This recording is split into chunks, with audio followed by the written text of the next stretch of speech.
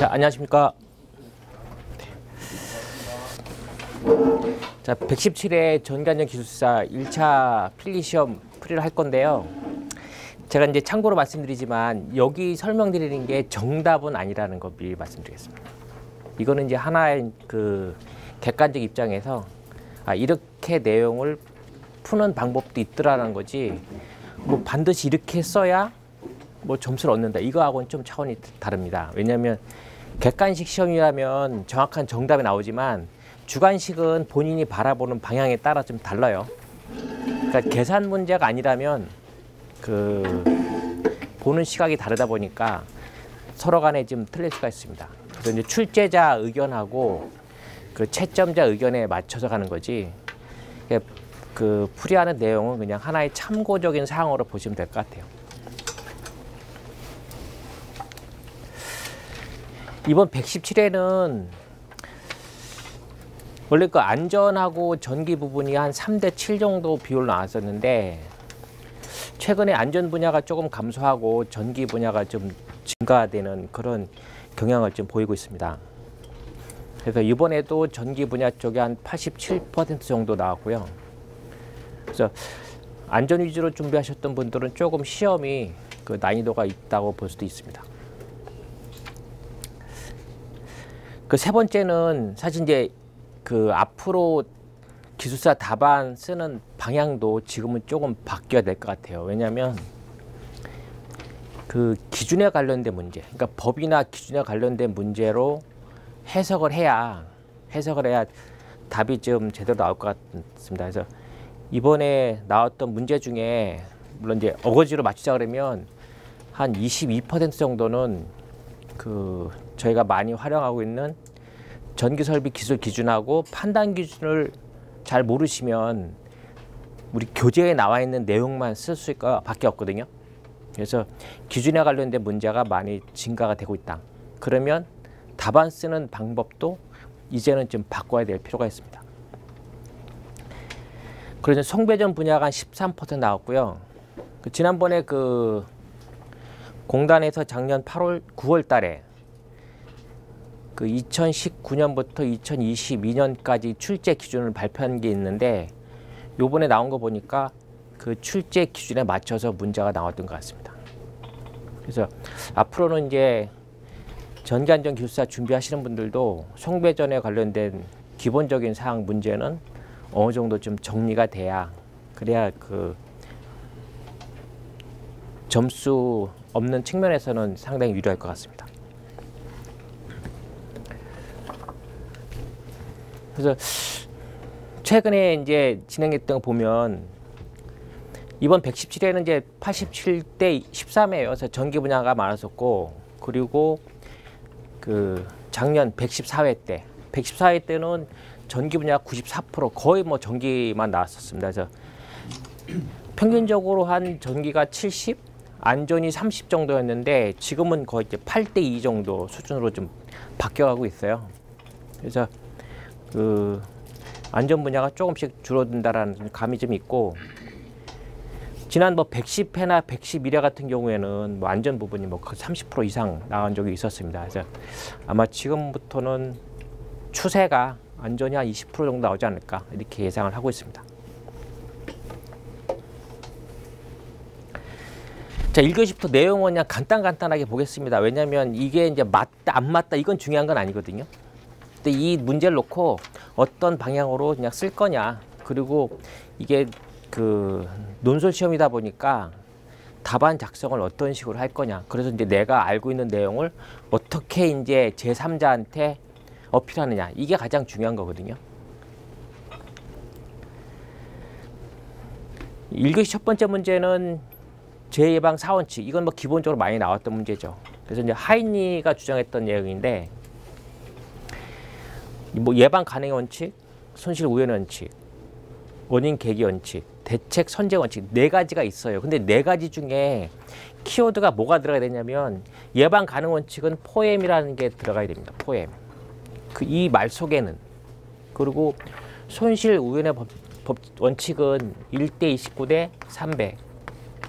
한 번에 중상 재해가 발생되려면 29번의 경상이 나왔을 거고, 그리고 사고는 아니지만 300번 정도의 아차 사고가 나왔을 것이다.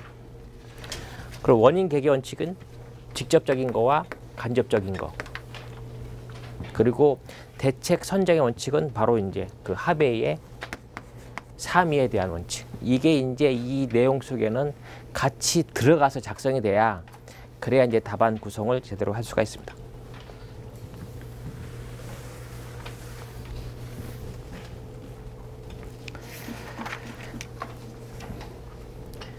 유효접지와 비유효접지를 비교하는 그 문제죠. 그래서 일단 유효접지가 접지 개수에 대한 값이 0.75, 75% 이하가 됐을 때는 유효접지고, 그 이상이 됐을 때는 이제 비유효접지로 구분을 합니다. 그래서 그 유효접지의 의미는 우리가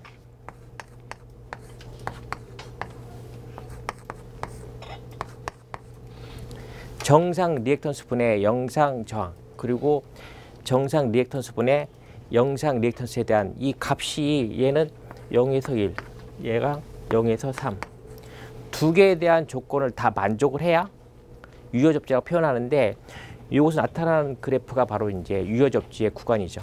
그래서 요 숫자가 여기 범위 내에, 그리고 요 값이죠.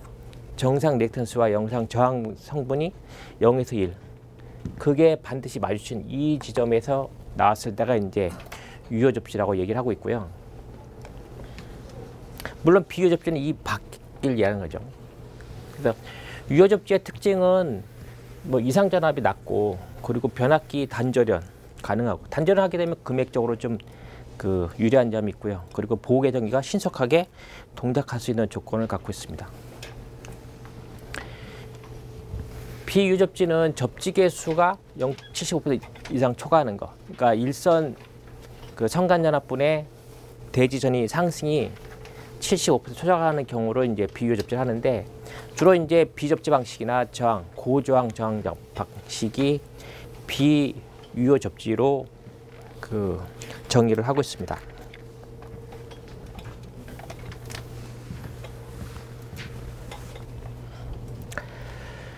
자, 세 번째는 단락사고 발생 시에 그 시간에 따른 고장 전류의 변화예요.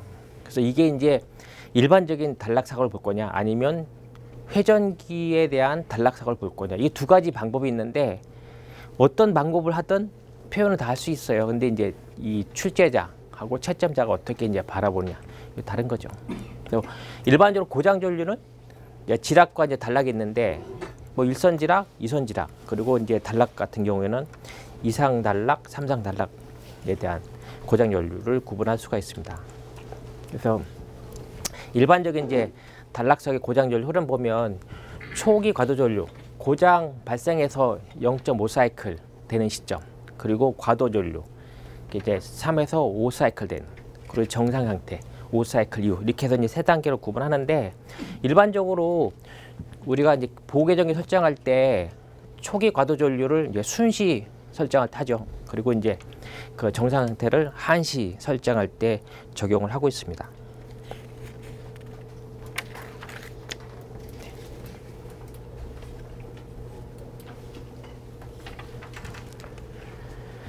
자, 네 번째는 제가 시험 보기 전에 이제 저희 연구반에서 이 문제를 하나 드린 적이 있었어요. 그래서 이게 이제 시퀀스 관련된 문제인데, 이거 아마 이거 그 운영하시는 분들은 잘 아실 거예요. 그래서 차단기 투입과 트립 중에, 개방과 트립 중에 무조건 트립이 우선이라는 그 얘기를 하는 거죠. 사실은 시퀀스 구성할 때. 그래서 그 우리가 펌핑이라 하면 개방과 투입 신호를 주게 되면, 같이 주게 되면 계속 온오프 온오프 계속 반복 동작을 하는데, 그걸 하지 못하게 하는 게 바로 이제 안티 펌핑이죠. 그리고 트리플이 뭐냐면, 내가 그 투입을 지시했는데 만약에 트립 신호가 들어오게 되면 무조건 투입은 안 돼요. 그리고 재차 투입하고 싶으면 트립 신호에 대한 걸 갖다가 해제한 다음에 해야 비로소 이제 투입이 됩니다. 그래서 일반적으로 저희가 차단기가 트립이 되면 리셋 버튼을 누르지 않게 되면 투입이 안 되지 않습니까? 그게 바로 이용한 게 이제 트리플에 대한 시퀀스를 이용한 겁니다. 그래서 이 부분이 전기안전 쪽에서 과거에 나왔던 적이 있었어요. 근데 그 전기 안전 측면에 봤을 때는 이 차단기에 대한 시퀀스가 되게 중요합니다. 그래서 이거에 대한 그 문제는 개방보다는, 그러니까 투입보다는 개방이 우선이다, 트립이 우선이다, 이런 그 시퀀스를 이해하고 있는지 이거에 대한 문제로 보시면 될 것 같습니다. 참고적으로 이제 그 문제풀이 보시면 그 시퀀스 기본 회로 제가 올려놨는데 이걸 이제 참고로 보시면 될 것 같고요. 그 동작 순서에 맞춰서 보시면 됩니다.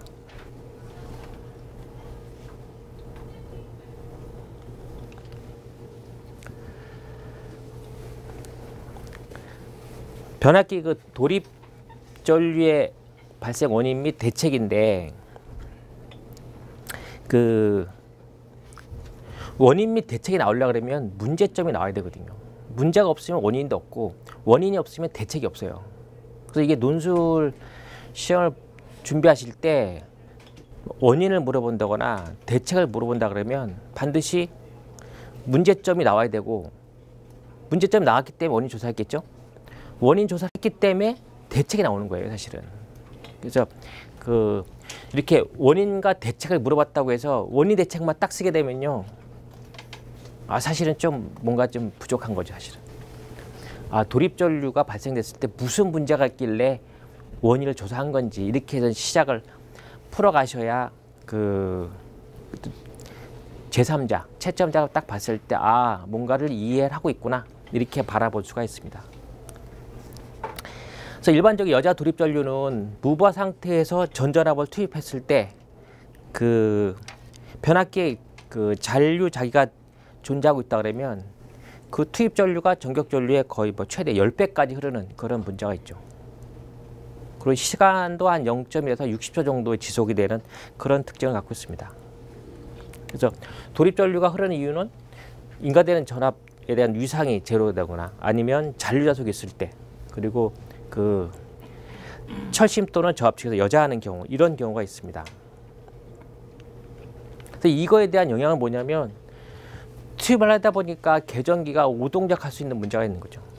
그리고 휴즈, 특히 이제 COS나 파워 퓨즈가 투입할 때 그 용단되는 그런 문제가 발생이 될 수 있습니다. 그래서 이거에 대한 대책은 우선 비율 차단 계전기 같은 경우에는 여자 돌입 전류로 인한 그 오동작 방지를 하기 위해서 감도 저하식, 고조파 억제식, 비대칭 저지법이 있고요. 그리고 OCR, ASS, MCCB 이 등으로 해서 그 여자 돌입 전류가 발생됐을 때 그 문제를 일으키지 않는 대책으로 볼 수가 있습니다.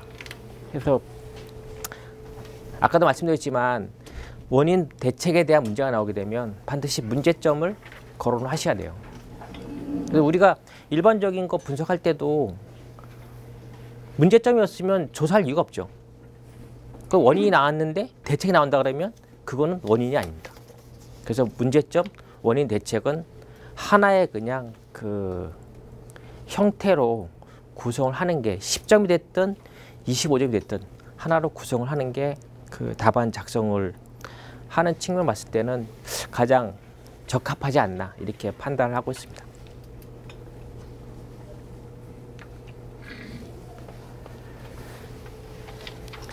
특고압에서 고압으로 이제 변성하는 경우에 변압기 1차, 2차 권선의 혼척 방지를 위한 대책은 그 전기 설비 기술 기준의 판단 기준 25조에 나와 있는 얘기예요. 그래서 여기에 보면 그 특고압을 고압으로 변성하는 경우에 적절한 조치가 필요하다 되어 있습니다. 그래서 혼척 방지 대책이라고 해서 변압기 단자 가까운 한극에 그 방전 장치를 설치하고, 그리고 이 피레기를 고압 선로의 모선 각상에 설치한다. 그리고 이 장치의 접지는 당연히 고압이다 보니까 일종 접지를 해라. 이게 이제 판단 기준에 나와 있는 내용입니다. 아마 출제하시는 분이 그 판단 기준을 보고 출제를 하신 것 같아요. 일반적으로 특고압에서 저압으로 변성됐을 때 혼척 방지판에 대한 거는 얘기가 많이 나오는데, 특고압에서 고압으로 나와 있는 혼척 방지에 대한 대책은 일반적인 교재는 잘 안 나오거든요. 그래서 이 내용은 이제 판단 기준 25조 보시면 자세하게 내용이 나와 있습니다.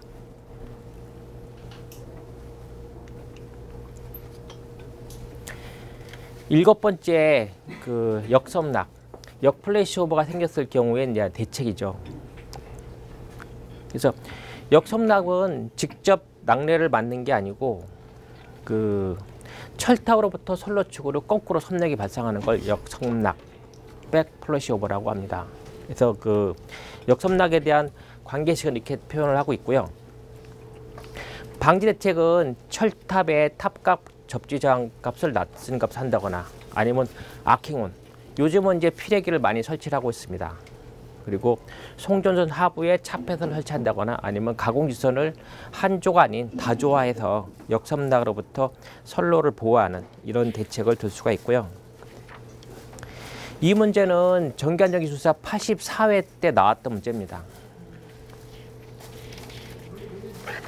그때 84회 때 1교시에 나왔던 문제고요.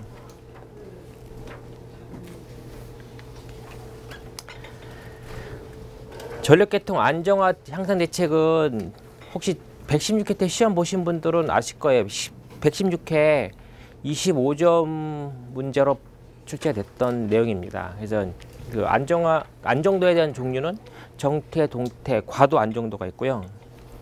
그리고 대책으로서는 위상 안정도 향상 대책, 전압 안정도 향상 대책, 이렇게 이제 크게 두 개로 구분을 할 수가 있습니다. 지난 116회 때 그 3교시 세 번째 문제로 나왔었습니다.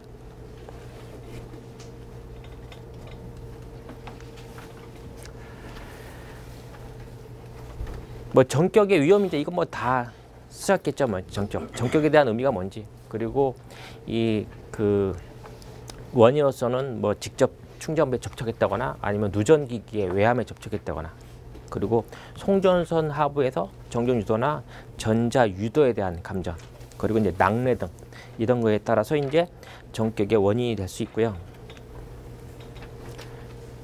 전격에 대한 결정 할 수 있는 요인은 당연히 뭐 전류에 대한 크기, 뭐 통전 경로, 인체 감전 조건, 뭐 주위 환경, 이렇게 이제 위험 인자를 볼 수가 있습니다. 그리고 이제 이거에 따른 대책도 간단하게 서술을 해 주셔야 그 괜찮은 답안이 될 것 같고요. 이렇게 이제 위험 인자가 했다고 해서 위험 인자만 딱 쓰게 되면 사실은 좀 뭔가 좀 부족하죠. 위험 인자를 알았으니 당연히 거기에 따른 대책도 같이 어느 정도 정리를 해 줘야 될 것 같습니다. 그래서 이게 지금 이제 문제점, 원인, 대책을 제가 계속 말씀드리는데 이거는 이제 제 의견이에요. 제가 만약에 출제자, 채점자의 입장이었다면 그렇게 쓰지 않게 되면 이게 뭔가 모르게 전체를 보지 않는다. 그냥 그 문제가 요구하는 것만 본다. 시야가 좁다. 이렇게 판단할 수가 있기 때문에 가능한 조금 답안은 넓게 좀 보고 작성하시는 게 괜찮을 것 같습니다.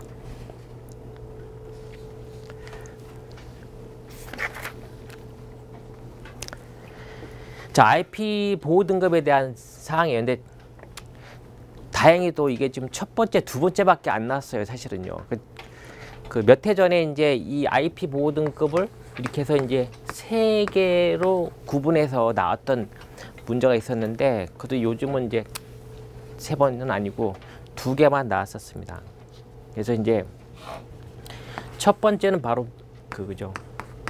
분진에 대한 거. 그리고 두 번째가 그 방수에 관련된 거. 그래서 이 기호에 따라서 보면 그 분진에 대한 등급은 0부터 6까지 구성이 되어 있어요. 그래서 6이 가장 기밀한 상태입니다. 6이. 그리고 이 방수에 관련된 거는 0부터 8까지 있는데 8등급이 가장 우수하죠. 그래서 이거에 대한 예를 보자면 IP68이면 완전 기밀 상태예요. 먼지도 안 들어가고 완전 수정 상태에서 물도 침투 안 합니다. 얘가 바로 뭐냐면 그 항공기의 블랙박스예요. 이 정도. 그리고 일반적인 이제 전기 설비 보자면 그 부스닥트 같은 경우에 도체가 알루미늄이고 외부 프레임이 철 같은 경우는 IP가 아마 이 정도 될 거예요. IP4 둘 정도. 그리고 도체도 알루미늄, 프레임도 알루미늄이면 얘는 IP가 한 5, 4 정도? 이 정도 됩니다. 그래서 이제 IP에 대한 등급이 뭐 그 첫 단계 분진 0에서 6, 그리고 두 번째가 방수에 관련된 거 0에서 8. 거기에 이제 하나 추가한다 그러면 기호에 대한 예를 넣고 이제 이 등급은 뭐 기본적으로 어떤 거다. 이 정도는 표현해 주셔야 그래야 IP 등급에 대한 내용도 알고 어떻게 사용을 하는구나 이것도 이제 안다라는 걸 채점자한테 어필을 할 수가 있죠. 그때 우리가 이걸 어떻게 다 외우겠어요. 그래서 이거 여기서 이제 만약에 그 방수에 관련된 거라면 뭐 IP 땡땡 0 같은 경우에는 물 같은 경우는 0 같은 경우는 전혀 보호를 받지 못한다. 그리고 8 같은 경우에는 완전 그 방수 상태다. 수중에서도 물이 침투가 되지 않는다. 이렇게 이 정도만 표현하는 거지. 여기 보면 각각에 대한 보호 정도를 테스트할 수 있는 조건들이 다 있어요. 뭐 물을 몇 도 각도에서 몇 개 입자로 해야 된다. 이런 게 있는데 어떻게 이거 저희가 다 표현하겠습니까? 그래서 그 IP에 대한 기준이 뭐고 그리고 이거에 대한 활용을 어떻게 한더라. 이 정도만 하셔도 충분하게 이제 이 의미는 설명할 수 있고요. 그리고 다행스럽게도 이제 세 번째가 안 나와서 이게 항상 그런 거거든요. IP도 00까지는 좋은데 얘가 딱 나오면 여기서 사실 이 문제 선택을 못 하시는 분도 있어요. 근데 요건 알겠는데 요게 판단 안 쓰다 보니까 이 문제를 이제 제껴 넘어가는 수가 있거든요. 근데 과거에 또 이렇게 3개 나왔었고 얘는 인체에 관련된 거예요. A, B, C, D. 얘는 보호 문자이기 때문에 보통 A, B, C, D 4개가 있습니다. 네, 인체.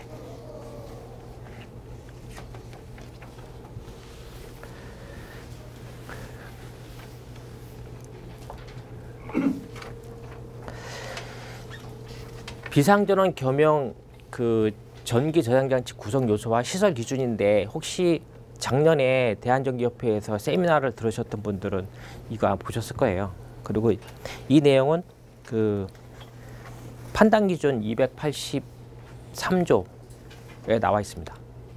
그래서 그때 이 내용이 뭐냐면 세미나 자료예요, 이게요. 그때 당시 이제 비상전원 겸용 전기 저장 장치에 대한 구성 요소가 이렇게 돼 있다라는 거죠. 그래서 이제 그 이 전체가 ESS 전기 저장 장치에서 개통 연결한 이 시스템의 일부를 다시 부하 연결하는데 비상부하 혹은 소방부하 이렇게 해서 이제 구성을 한다. 그래서 자, 시설 기준은 전기 장치에 대한 시설 기준은 283조에 나와 있습니다. 그래서 이제 비상용 부하에 전기를 안정적으로 공급을 해야겠죠. 그리고 관련 법령에 따라서 어떤 그 유지되는 그 시간 그리고 충분한 용량 이거를 이제 보존하도록 시설을 해야 된다. 그리고 그 전압별로 저압계통과 고압계통에 대한 시설에 대한 기준은 이제 그 교재 이제 문제풀이 자료를 보시고 참고를 하시면 될 것 같고요.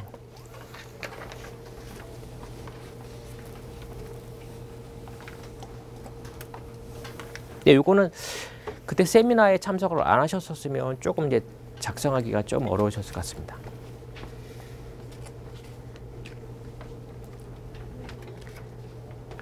그 캐패시터 설치하는 그 개폐 장치에 대한 필요 성능이에요. 그래서 그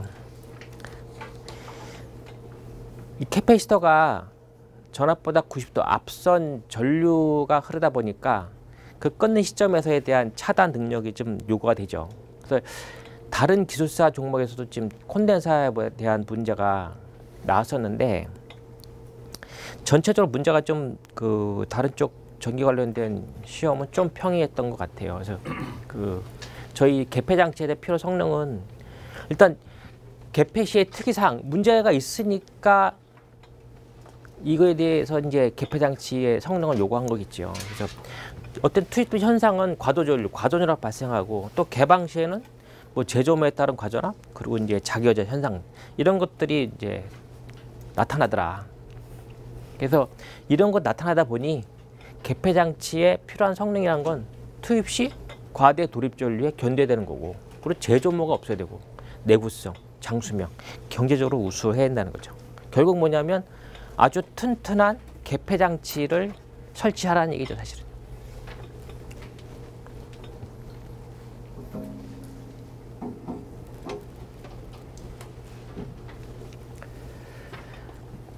전기 화재 발생 원인 중 발생원은 이거는 뭐 기본적으로 많이 다뤘던 문제입니다. 그래서 최근에 이제 사고가 발생되면, 화재 사고 발생되면 거의 대부분 전기 화재 쪽이 많이 발생되죠. 그리고 건축 마감재 때문에 한번 화재 발생이 되면 그 발화에 대한 그 진화 범위가 상당히 좀 넓어지는 그런 문제가 있고, 또 유독가스에 대한 문제 이런 것들이 있습니다.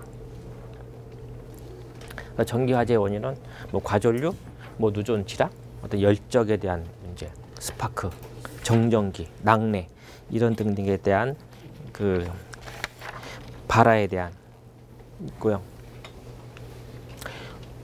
원인을 물어봤지만 일부는 대책을 써야 된다는 거죠. 원인을 알았으면 대책을 제시해줘. 뭐 누전 차단기 설치한다. 뭐 전격적으로 이상에 대한 뭐 케이블 사이즈, 전선 굵기를 선정한다. 그리고 뭐 문어발 배선을 금지한다. 적절한 유지 관리, 절연 저항정 등을 측정해서 그 발화가 되지 않게, 전기 화재가 되지 않게끔 이제 적절하게 유지 관리를 해야 된다라는 거죠. 어떻게 보면 여기는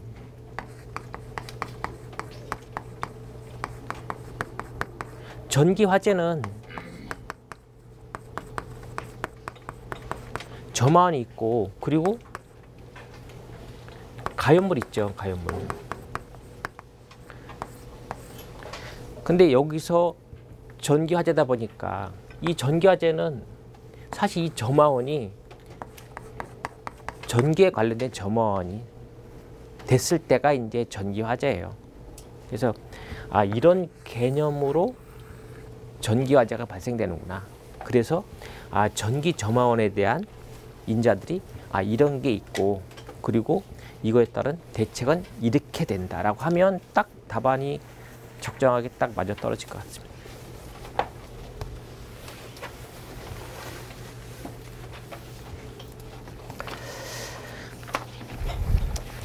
그래서 1교시 같은 경우에는 뭐 그래도 문제가 좀 평이한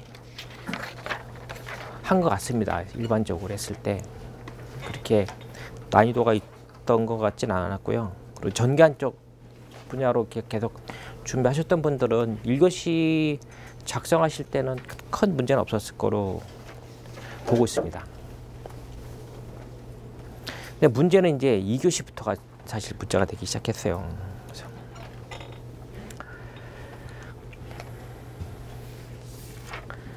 이게 이제 부식 현상 나타났었으면 부식에 대한 그 정의와 부식에 대한 원인, 그리고 이제 이 전기 방식을 통해서 우리가 뭐 희생양급법, 외부전원법, 배류법 이렇게 쫙 나가면 되는데, 이게 이제 지중전선이면 또 얘기가 틀어져요. 매립되어 있기 때문에, 매설되어 있잖아요. 근데 이게 가공이라는 게 가공. 그러니까 일반적으로 우리가 전기 방식을 넣게 되면 방향이 안 맞아요, 사실은요. 그래서 물론 부식에 대한 게 있고요. 부식에 대한 종류도 이제 습식과 건식이 있어요. 이렇게. 근데 자, 가공전선에 대한 부식 현상은 이 가공전선로가 외부에 노출이 되어 있기 때문에 외적인 영향으로 부식이 발생되는 거죠. 매설모랑 전혀 관계가 없어요, 사실은요. 하다 보니까 부식 현상에 대한 원인을 조사해 보니까 외부에 노출되어 있으니까 당연히 환경에 대한 문제가 있었죠. 녹수나 속수, 질산화합물이나 황화합물, 이거로 인해서 전선의 그 표면에 접촉이 됐기 때문에 대기 중에 이제 부식이 발생된다. 두 번째는 그 ACSR 전선 사용하는 여기에 그 서로 다른 금속이 접촉되어 있을 때 뭐 이종 금속이죠. 이종 금속. 이중 금속이 아니라 이종 금속이에요. 서로 다른 종류의 금속. 뭐 우리가 얘기하는 뭐 갈바닉 부식. 이거에 따라서 접촉 전이에 의한 부식이 발생될 수가 있습니다. 그리고 간극. 그리고 이제 그 금속 부식. 이렇게 해서 이제 크게 네 가지가 가공 전선에 대한 부식입니다. 대기 전에 간극, 금속. 해서 그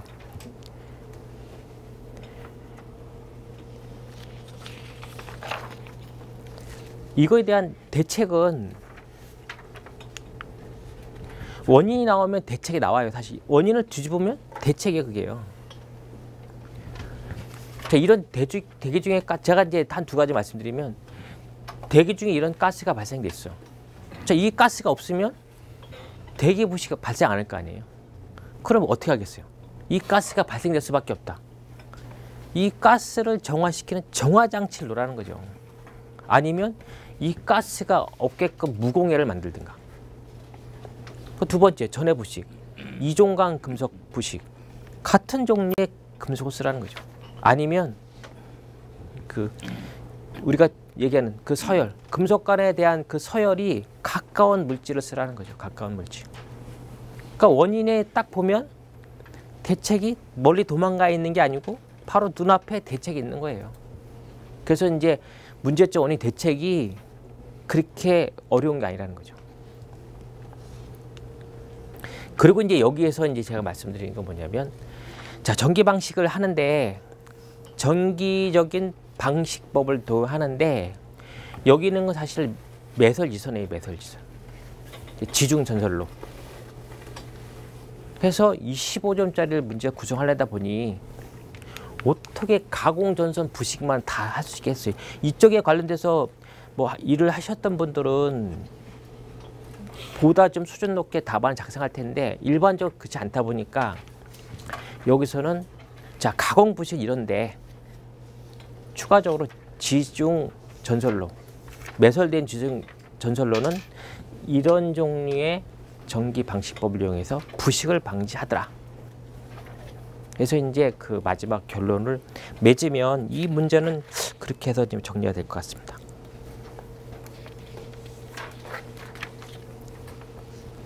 근데 이건 지중 매설 금속체 이야기지 지중 전선로 이야기가 아니잖아요. 그러니까요. 지중 전선로도 이거를 사용할 수가 있어요. 금속관하고 케이블하고 저게 매치가 된다는 말씀이신가요? 이 방식 중에 하나를 선택할 수도 있는 거죠. 매치가 잘 안 돼요.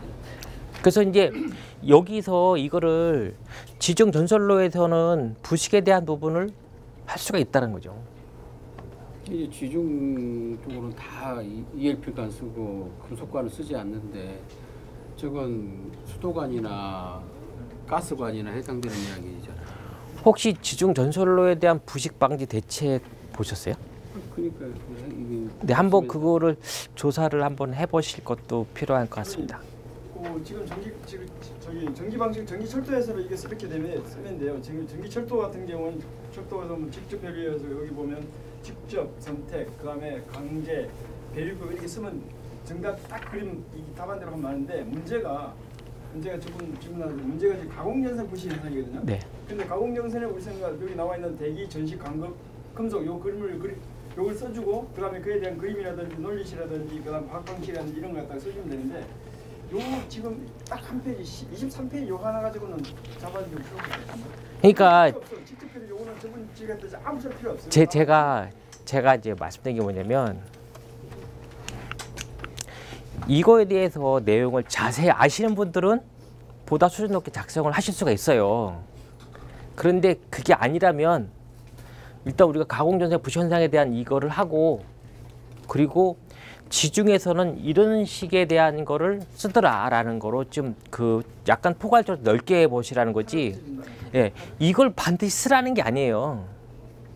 그러니까 내가 만약에 가공전선에 대한 그 부시현상에 대해서 내가 뭐 논문도 작성하고 내가 연구 좀 했어.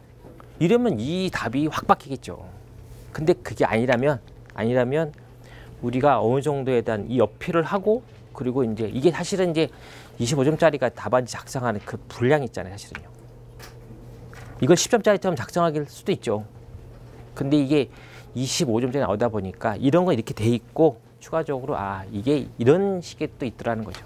그리고 마지막 결론을 넣을 때 부식은 전이차에서 발생되는 거거든요, 사실은요. 뭐 화학적인 문제도 있지만 또 이런 거에 대한 마지막 결론을 좀 맺으면 어떻겠냐라고 의견을 말씀드리는 거예요.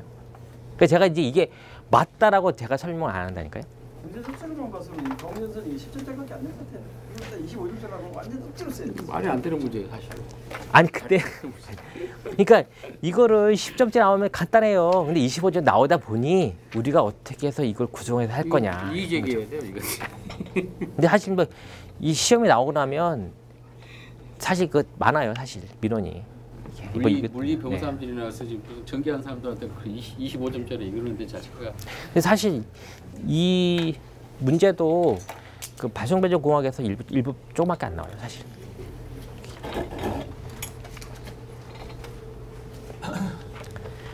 자, 재손실의 하이니 방식하고 시몬즈 방식을 비교하는 문제가 나온 겁니다. 그래서 이거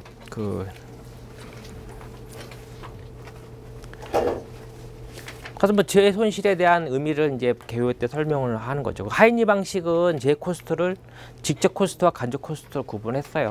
그래서 간접 코스트는 직접 코스트의 한 4배 정도 되더라. 직접 코스트는 이제 그 회사 신청에 의해서 보험회사가 지불하는 거죠, 사실은. 이제 간접 코스트는 그게 외적인 거죠, 사실은. 뭐 보상 관련된 거, 인적 손실. 사람 다쳤으면 누군가 일을 해야 되잖아요. 대체가 들어야지, 대체가. 그리고 물적 손실, 그리고 기타 손실 비용, 뭐 공상 치료비 이런 등등이 이제 간접 코스트로 포함이 되고 있고요. 시몬즈는 아니다. 거의 유사한 얘기 같긴 한데 보험과 비보험으로 구분을 했습니다.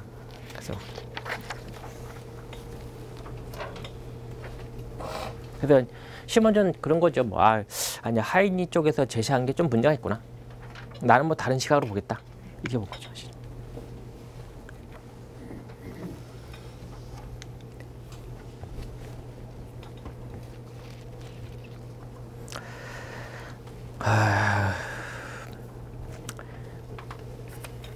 자, 세 번째 문제.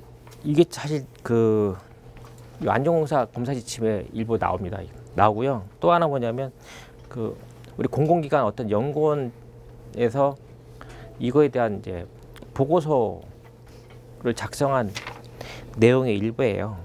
그래서 사실 저희가 2016년도 기술 기준 받기 전에는 뭐 통합 접지하려면 통합으로 표시 안 하죠. 뭐 전기, 필회, 통신 접지를 그 하나로 접지 방식 했을 때는 그 2.5m 이내 모든 금속체는 등전입 본딩을 하라고 돼 있어요, 기술 기준에. 그러다가 2016년도가 기술 기준 바뀌면서 어떻게 바뀌었냐면 그게 빠지고 IC에 관련된 감전 보호 체계를 만족시킬 것 이렇게 바뀌었어요, 사실은요. 그래서 그래서 이제 건축물마다 등전입 본딩을 하는데도 있겠죠, 당연히. 근데 사실 이게 시공상으로 결코 이렇게 만만치가 않죠, 사실은 등전입 본딩 한다는 게. 그리고 완료화된 다음에 등전입 본딩 된 걸 다 조사할 수는 있겠죠, 일일이 다. 그런데 그것도 사실 만만치는 않은 겁니다. 그래서 그 안전공사 2018년도판 그 통합 접지 시 그 검사 지침에 보면 일부가 나와 있어요. 그래서 이제 등전입 본딩이 어떤 거다, 그 등전입 본딩에 대한 역할과 종류가 이렇게 구분을 하더라. 그래서 이제 나머지 내용은 제가 여기서 뺐냐면 사실은 이거는 설명을 드리기 좀 그래요. 그래서 이제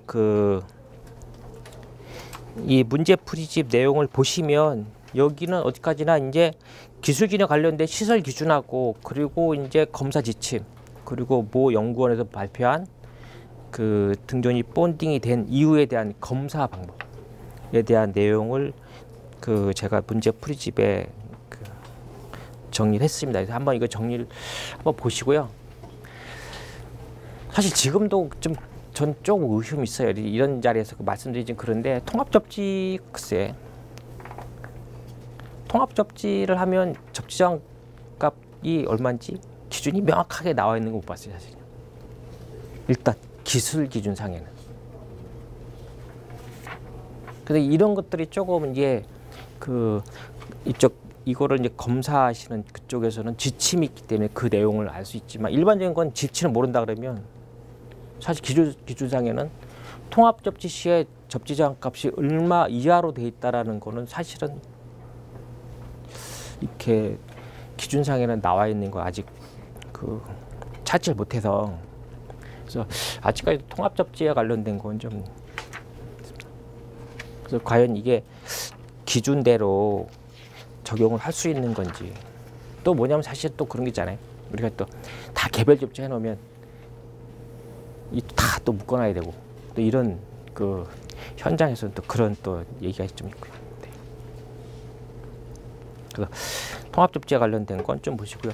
사실 우리가 그 당연히 그럴 거라 생각하지만 또 그 속에는 당연치 못한 것들도 있어요. 그게 이제 하나 얘가 건축물을 보호하는 피뢰침에 대한 접지장 값이 과연 얼마인가? 우리가 알고 있는 그게 과연 기준상에 나와 있는가? 당연히 그거라 생각하지만 사실은 당연치 않는 부분이 좀 있더라는 거죠.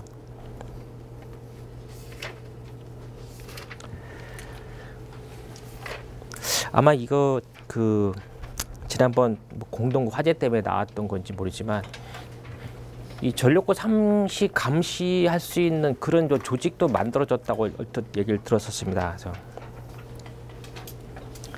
자, 전력고 화재의 특징은 이런 거겠죠. 밀폐 공간의 화재다 보니까 상당 부분 이제 한번 사고 발생되면 그 여파가 어마어마 크죠. 지난번에 이제 뭐 통신 회사의 그 공동구도 또 화재에 대한 시간 얼마 안 됐지만 그 피해는 어마어마하다라는 거죠, 사실은.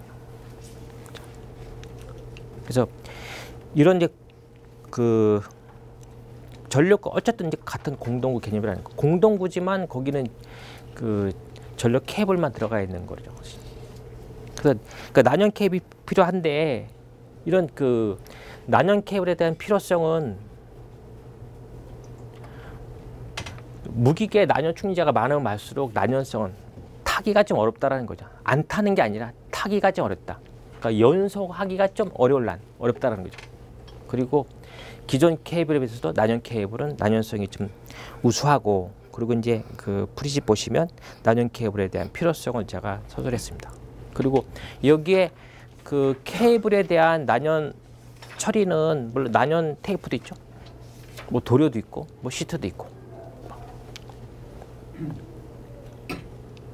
그리고 케이블 치레이에 설치할 수 있는 케이블도 그 무독성 난연 케이블을 사용하게끔 돼 있고요. 지금은.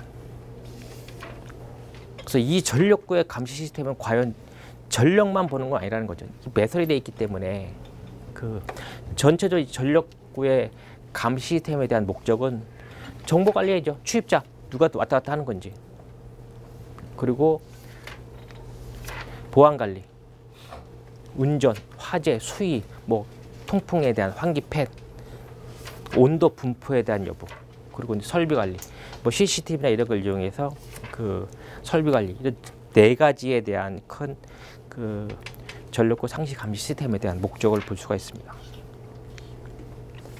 이 시스템에 대한 구성도 어떻게 다 원격이죠. 사람이 들어가서 볼 수가 없으니까 여기에 이제 각각에 대한 어떤 그 검출할 수 있는 장치를 부여하는 거죠. 그게 뭐 카메라가 됐든 뭐 센서가 됐든 어떤 특별한 검출 장치 됐든.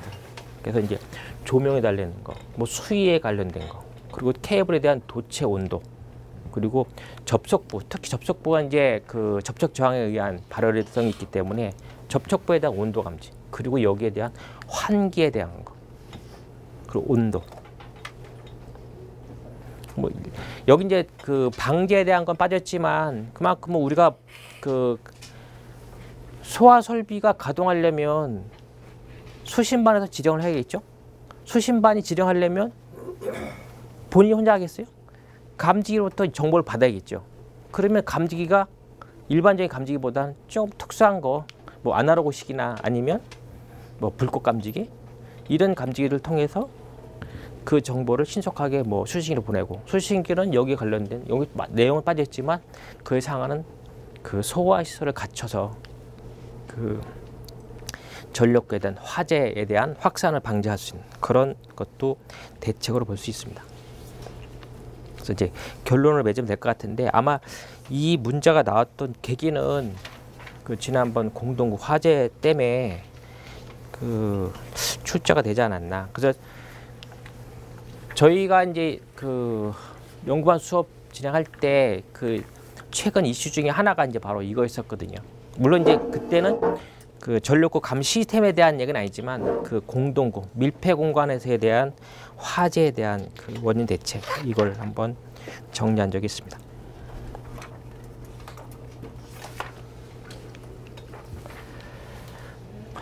참 애매모호한 문제가 나왔어요. 전기 설비 열화 진단 방법 중에서 활선 진단 방법을 설명을 했어요. 차라리 이게 뭐 케이블, 뭐 변압기 이름 딱 좋은데 전기 설비라고 그냥 묶었어요. 전기 설비 그냥. 그래서 일단 우리가 열화의 원인은 전기적인 거, 화학적인 거, 생물학, 환경적인 이런 요인들이 있습니다. 공통적으로. 자, 전기 설비가 언술하려면 첫 번째 전기 설비가 뭔지 정의를 해야 돼요, 사실은요. 그래서 우리가 그 기준이나 사업법 보면 전기 설비에 대한 정의를 해놓은 게 있습니다. 그래서 물론 전기가 흐르는 모든 그 기기나 아니면 전기를 사용하는 기기를 전기 설비를 하죠. 그래서 대표적인 거 본다면 GIS, 케이블, 변압기, 발전기, 차단기, 전동기, 콘덴서까지 쫙 있어요, 이렇게. 각각에 대해서 제가 일부만 발췌했지만 활선과 정전 진단법을 갖고 있다는 거죠, 이렇게. 그럼 우리가 여기서 이걸 다 할 수 있는 건 아니라는 거죠. 일단 전기 설비를 구분한다 그러면 이렇게 구분해서 대표적인 이런 방법들이 있다. 자, 거기서 이제 활선을 물어본 거죠, 활선. 그래서 여기서 이제 제가 했던 건, 자, 여기 있다, 이렇게 구분이 돼 있고 이렇게 해서 이제 방법들이 대표적인 게 있다.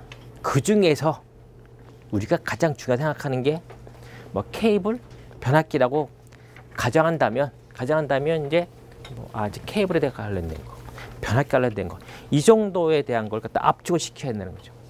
근데 이거를 내가 내용을 다 알고 있기 때문에 다 서술을 할 수가 없잖아요.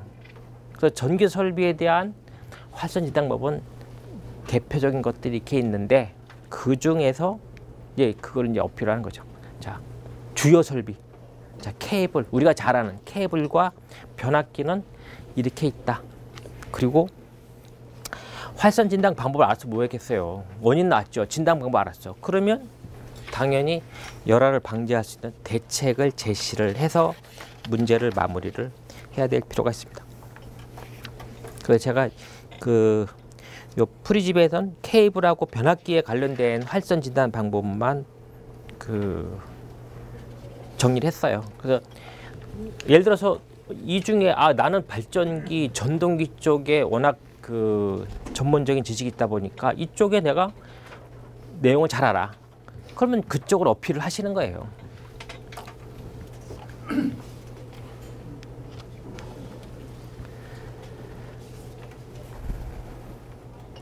자, 이 2교시의 마지막 문제가 저압회로의 차단 용량 선정 방법입니다. 그래서 어떤 교재는 선정 똑같은 제목으로 정리를 해놓은 교재도 있어요. 그런데 전기설비 기술기준 42조에 보면 이 내용이 나와 있습니다. 그래서 이 내용은 교재 좀 참고로 보시고요.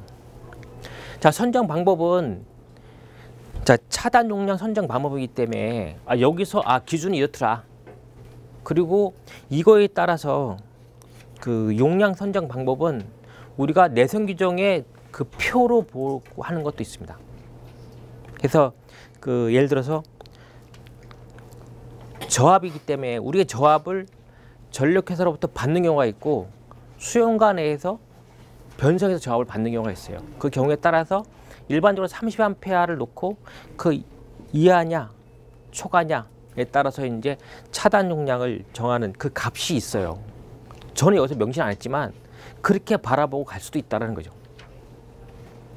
그리고 또 전선에 대한 굵기에 따라서 차단 용량을 정하는 것도 있어요. 근데 저는 어떻게 봤냐면 차단 용량 선정 방법이다 보니 자, 선택 차단, 캐스케이드 전용량 차단 방식을 선정한다면 이거에 따라서 거꾸로 차단 용량을 선정해라. 이런 방식을 갖고 그러니까 저는 이제 반대로 본 거고 이거를 그냥 그 정상적으로 본다 그러면 내성 규정에서 정하는 것도 있고 케이블 사이즈 정하는 것도 있고 그리고 이 차단기, 저압 차단기가 자, 이게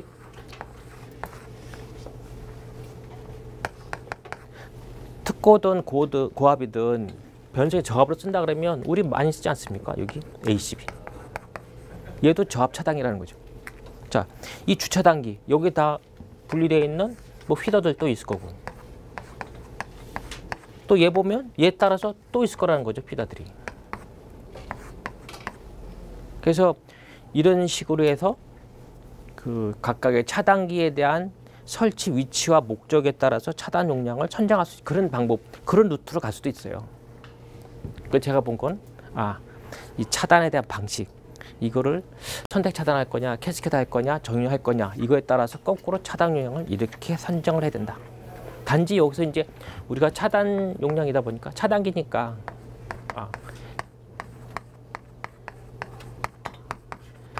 이런 차단 용량, 차단 전류를 구하는 이런 공식, 이론적인 공식에 따라서 그 선정을 한다.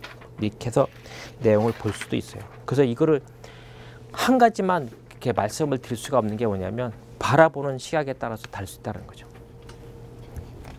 기술 기준상에서는 10카에 대한 얘기를 해요.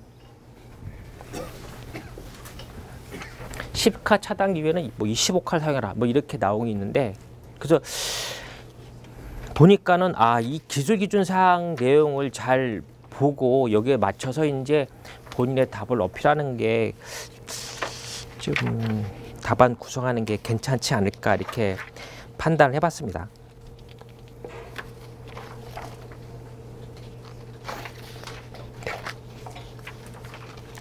그래서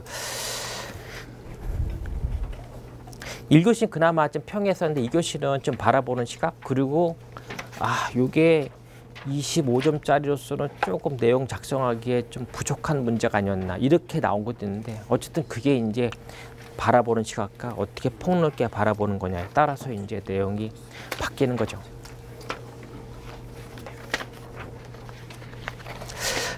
잠깐 10분 쉬었다가 마지막 교시 진행하도록 하겠습니다. 네.